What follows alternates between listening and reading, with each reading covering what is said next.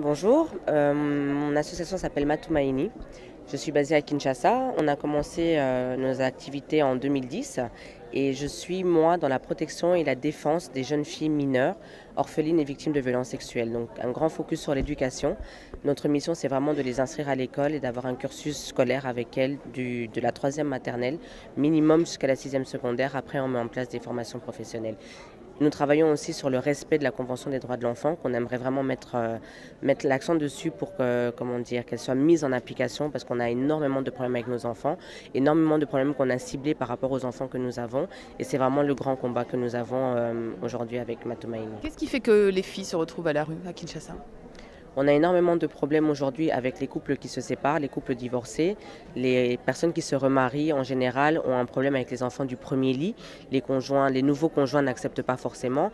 On a énormément de problèmes d'enfants sorciers dû aussi au fait qu'il y a une énorme pression des églises à Kinshasa.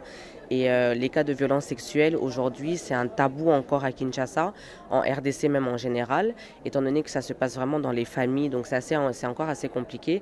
Et je pense que on essaie, au lieu de mettre le vrai mot dessus, viol ou inceste, on essaie de le cacher derrière tout un tas d'histoires, la sorcellerie, etc., etc. Ce qui fait qu'on éloigne plutôt les enfants plutôt que de chercher à régler le problème, je dirais pas de l'enfant, mais de la personne qui se permet de toucher l'enfant. Une dernière question, beaucoup, enfin particulièrement en RDC, mais un petit peu partout finalement, on se demande toujours un petit peu est-ce que les fonds sont bien utilisés, est-ce qu'il n'y a pas de récupération d'argent au passage, de corruption, etc. Comment les gens qui ont envie de vous soutenir peuvent vérifier, peuvent être sûrs que l'argent va être bien utilisé? Mais écoutez, je suis transparente à 100%. Déjà, j'ai commencé à fonds propres, d'accord? Ça fait 4 ans quasiment que je fonctionne à fonds propres.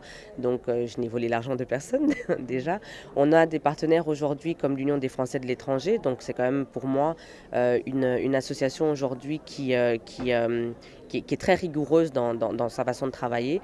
Ils nous suivent depuis le début, ils vérifient nos documents avant même qu'on commence la collaboration.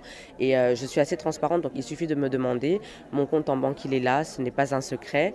Et toutes nos activités sont là, je ne cache rien, porte ouverte. Donc on est vraiment assez transparent là-dessus. Il suffit de poser des questions, de demander et vous sera donné. Je vous remercie beaucoup. Merci.